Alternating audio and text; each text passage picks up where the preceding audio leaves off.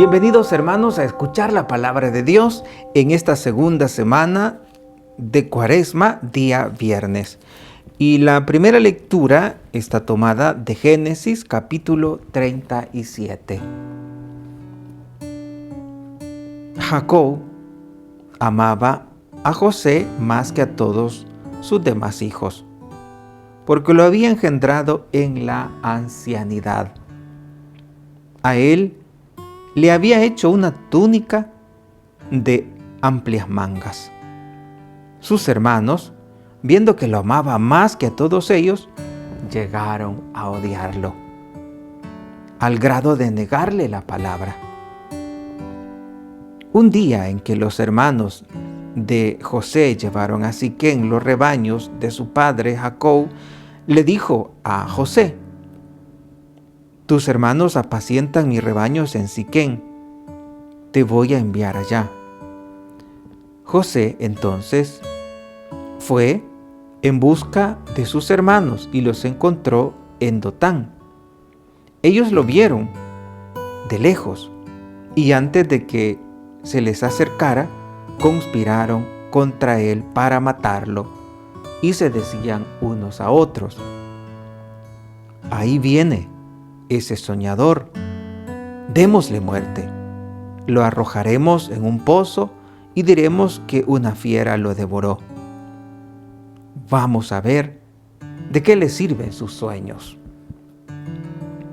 Rubén oyó esto y trató de liberarlo de manos de sus hermanos, diciendo: «No le quiten la vida, ni derramen su sangre.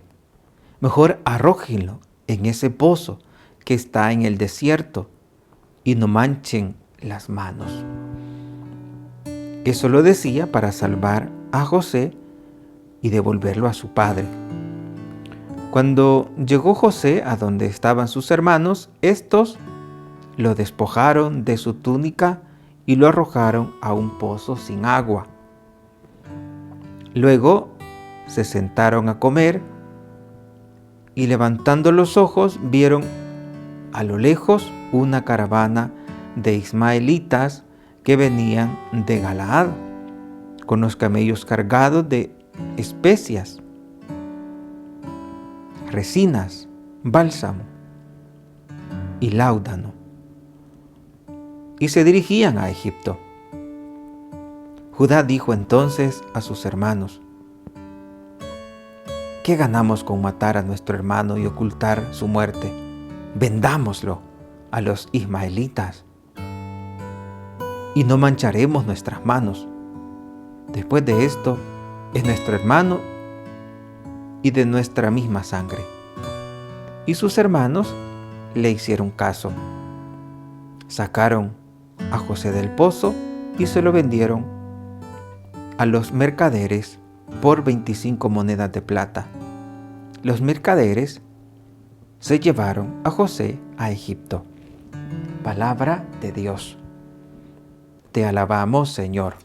Con el Salmo 104 respondemos a esta palabra diciendo: recordemos las maravillas que hizo el Señor.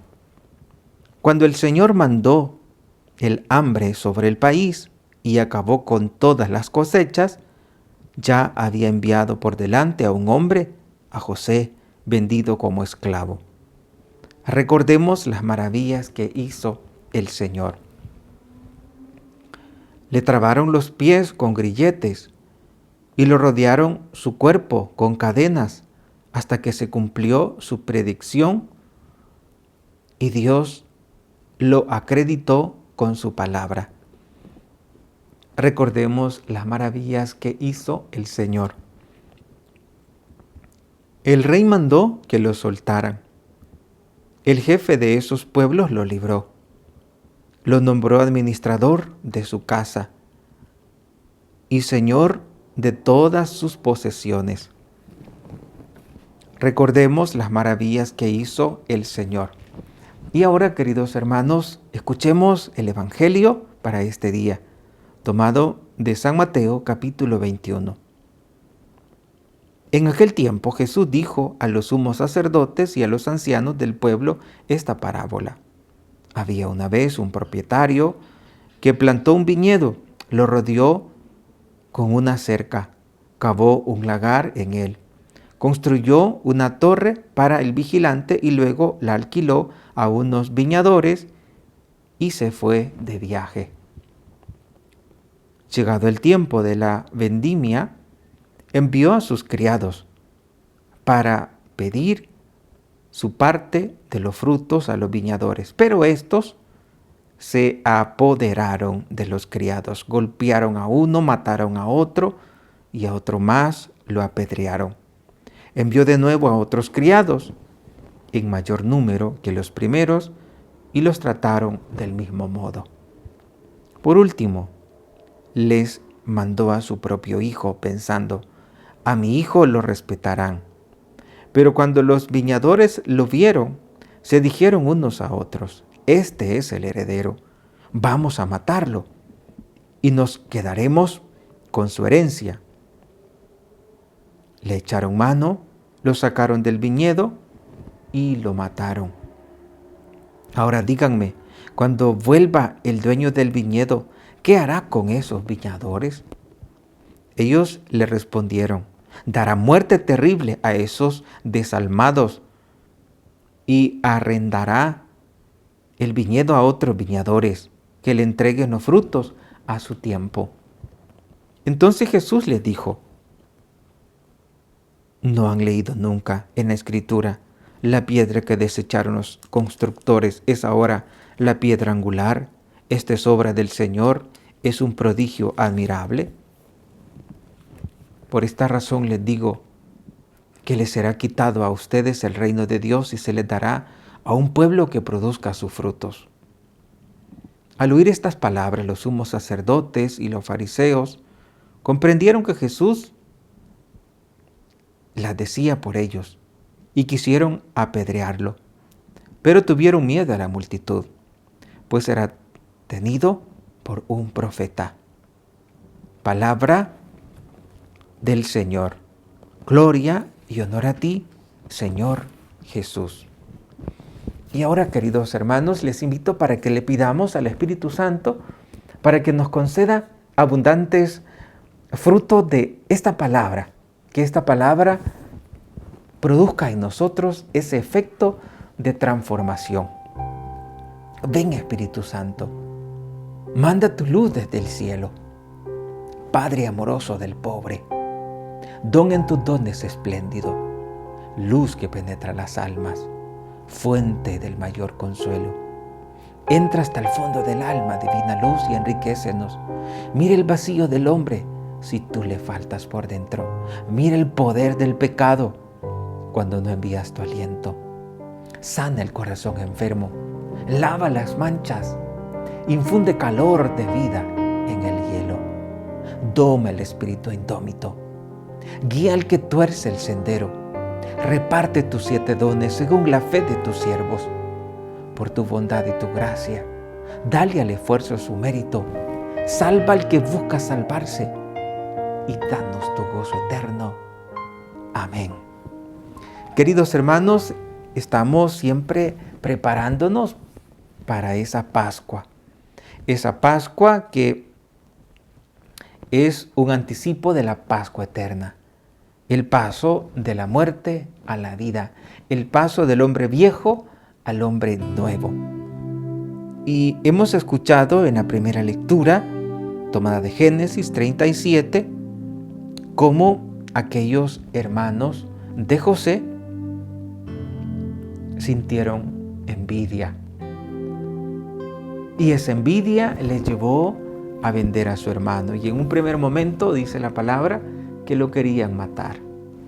Dice la primera lectura, Jacob amaba a José más que a todos los demás hijos, porque lo había engendrado en la ancianidad. Por eso lo amaba. Pero eso lo vieron mal sus hermanos. Y entonces dice, sus hermanos, viendo que lo amaban más que a todos ellos, llegaron a odiarlo, al grado de negarle la palabra. Y así empieza lo malo en el corazón del ser humano. primero nos enojamos, después nos quedamos negando la palabra a los demás. Y después viene la planificación de hacerle daño físicamente. Así como estos hermanos quisieron hacerle daño, quisieron matar a su hermano José, así también cuántas familias están en plena división porque alguno de ellos ha sido considerado como el predilecto de papá y de mamá, y entonces todos se ponen en contra de él. Y en ese diálogo que tuvieron los hermanos, pues como dicen, el diablo es el mejor mercader, y cuando se llegó la oportunidad de poder matar a José, pues dijeron, ahora es el momento. Ahora es el momento, vamos a vengarnos, vamos a matarlo. Pero él, ¿qué culpa que su mamá, que su papá le amara más? Así también en la familia, pues en un primer momento, pues el papá y mamá debe de procurar, pues dar a todos el mismo amor. Claro, yo no tengo esa experiencia, pero quizá a papá y a mamá se le hace un poco difícil, pues demostrarle de la misma manera el amor a sus hijos por el mismo comportamiento, porque nosotros tengamos muy presente que somos humanos, y los humanos pues medimos el amor de acuerdo al comportamiento. Te voy a amar si te portas bien, si te portas mal, entonces te voy a querer menos y voy a tener como menos bienes a tu disposición. Pero la razón por la cual Jacob amaba más a José no era por su buen comportamiento, sino porque, dice la palabra, lo había engendrado en la ancianidad. Podemos tomar como primera enseñanza que en nuestras casas no malinterpretemos. O sea, hay razones muy justificables por las cuales papá tiene comportamiento como un poco favorable o quizá totalmente favorable para aquel hijo, pero tendrá sus razones, y a veces razones relativamente justificables, es decir, tiene razón de portarse de esa manera, porque él pensaba que ya no iba a tener ningún hijo y de pronto Dios le regala su hijo, su tiernecito, su favorito, y los demás, bueno, a los demás pues ya les di el amor que les di en su momento. Lo que pasa es que ya no se acuerdan, entonces a este hijo que está a mi tiernecito, pues ahí le voy a colmar de más bienes, también porque ahora tengo más facilidad económica, y cuando ustedes crecieron pues no tenían esa facilidad para poder ayudarles como ahora le estoy ayudando a este hijo más tierno. Entonces, pero la razón era que él ya era anciano cuando logró tener con su esposa pues a José. Entonces podemos aprender que en nuestras casas no debemos malinterpretar, y que el amor de papá a mamá no significa que va a ser uniforme, porque a veces uno así quisiera, si a él le compraste algo, pues a mí también me debes de comprar algo. Y siento que los hijos no deberíamos como manipular a papá, a mamá, que si me compra esto, que si le compra eso a él, pues a mí también me tiene que comprar algo. Va a llegar su momento. Imagínense que haya solamente dos hermanos, una señorita y un muchacho. Y cuando le compran algo a la señorita, también el muchacho va a querer que le compren algo. Pues a veces no alcanza para los dos.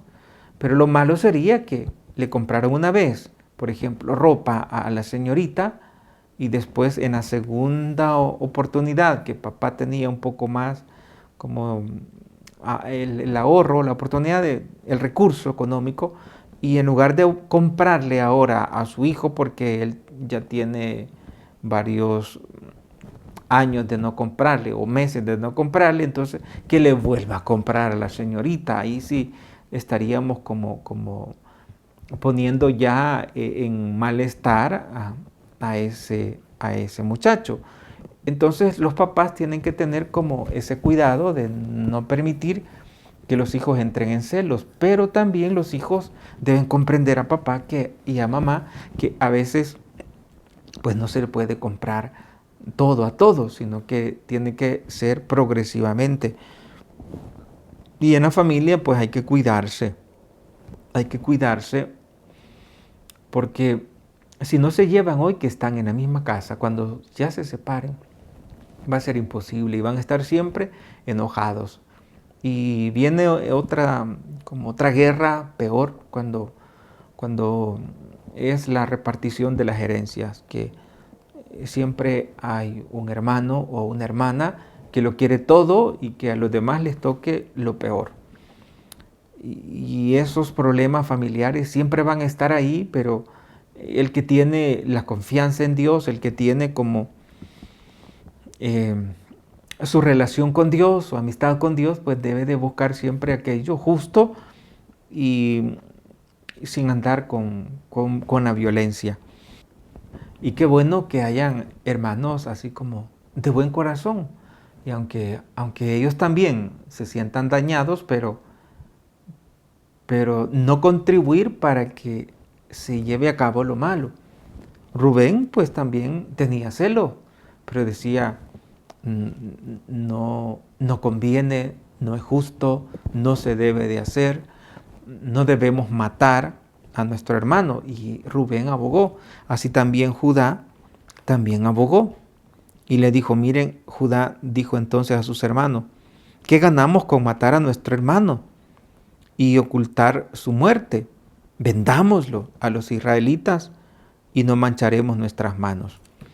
Podemos aprender que aunque nos veamos afectados, pero el hecho de que seamos afectados no significa que eso justifica que yo vaya a hacer un mal, a pagar mal por mal. Además, en este caso, pues José no había hecho nada de malo, simplemente él recibía un amor, pero él tampoco lo estaba exigiendo. Simplemente él era el más pequeño y por eso lo quería más su papá. Esta primera lectura es como un anuncio de lo que le iba a pasar a Jesús. Aquello de, ahí viene ese soñador, démosle muerte, dijeron los hermanos. Pues esa misma actitud tomaron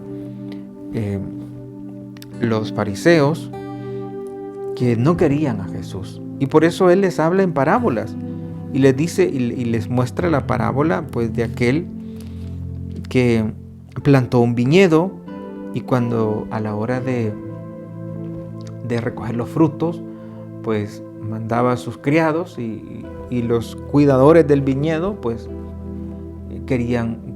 intentaron usurpar todo, y cuando mandaron a su hijo pues él dice que dijeron, este es el heredero, vamos a matarlo y nos quedaremos con su herencia. Y Jesús les hace una pregunta. Al final le dice a los sumos sacerdotes y a los ancianos, les dice, cuando venga el dueño del viñedo, ¿qué hará con esos viñadores? ¿Qué hará con esos viñadores? Con esas personas que en lugar de estar agradecidas, en lugar de dar los frutos que en justicia le competen a quien les dejó en ese viñedo, pues devolvían mal por bien. Ellos recibieron un bien de cuidar el viñedo y luego cuando el dueño mandaba a recoger los frutos, pues estos dice que mataron, lo golpearon a los criados. Y Jesús les hace una pregunta, ¿qué hará con esos viñadores? Y ellos responden, dará muerte terrible a esos desalmados y arrendará el viñedo a otros para que le entreguen sus frutos a su tiempo. Y en ese momento ellos todavía como que no habían entendido que se refería a ellos mismos, así como cuando Natán le dijo a David lo que pasaba cuando David había cometido el error del adulterio. Y dice que Jesús le dijo a los sumos sacerdotes, a los ancianos, No han leído nunca en la Escritura: la piedra que desecharon los constructores es ahora la piedra angular. Esto es obra del Señor, es un prodigio admirable. Aunque el Hijo del Hombre, pues sí es rechazado, pero dice que la piedra desechada por los constructores es ahora la piedra angular. Es obra del Señor y es un prodigio admirable. En otras palabras, es descubrir la grandeza de Dios para poder valorarle y para no desecharle, y para poder siempre dar el bien, aunque nos veamos afectados, como se vio afectado Rubén, como se vio afectado Judá, porque su papá quería más a José, pero no les importó que se vieran afectados, pero dijeron: no es lícito matar. Así también, aunque tengas alguna razón de portarte mal con alguien que te ha hecho un daño, pues no elijas el mal, porque eso no es la voluntad de Dios. Jesús le dice a los sumos sacerdotes, a los ancianos: por esta razón les digo a ustedes que será quitado de ustedes el reino de Dios y se le dará a un pueblo que produzca frutos. Es como si nos dijera: ustedes tienen un gran privilegio, pero si no saben aprovechar, si no saben dar frutos, se les quitará lo que tienen. En otro evangelio, el Señor dice que al que tiene, se le dará incluso más de lo que tiene, y al que no tiene, aún eso poco que tiene, se le quitará. Pidamos a la Virgen que nos ayude para que nos permita devolver siempre bien, aunque nos estén dando un mal, pues nosotros sepamos dar un bien, y que estemos siempre en ese cuidado de no permitir ser instrumento de violencia. Que nos ayude la Virgen Santísima para que con nuestros pecados, con nuestro mal comportamiento, no sigamos desechando la doctrina de Jesús. No sigamos desechando el mensaje de Dios, que quiere que nosotros demos frutos, que nosotros demos en justicia lo mínimo que Él espera de nosotros, que hagamos el bien. O digamos, lo mínimo que puede esperar Dios de nosotros es que no hagamos mal. Si no hacen el bien, por lo menos no hagan mal. Pero claro, Dios no nos ha hecho, Dios no nos ha creado solo para no hacer el mal, porque nadie ha sido creado para hacer el mal. Dios nos ha creado para hacer el bien.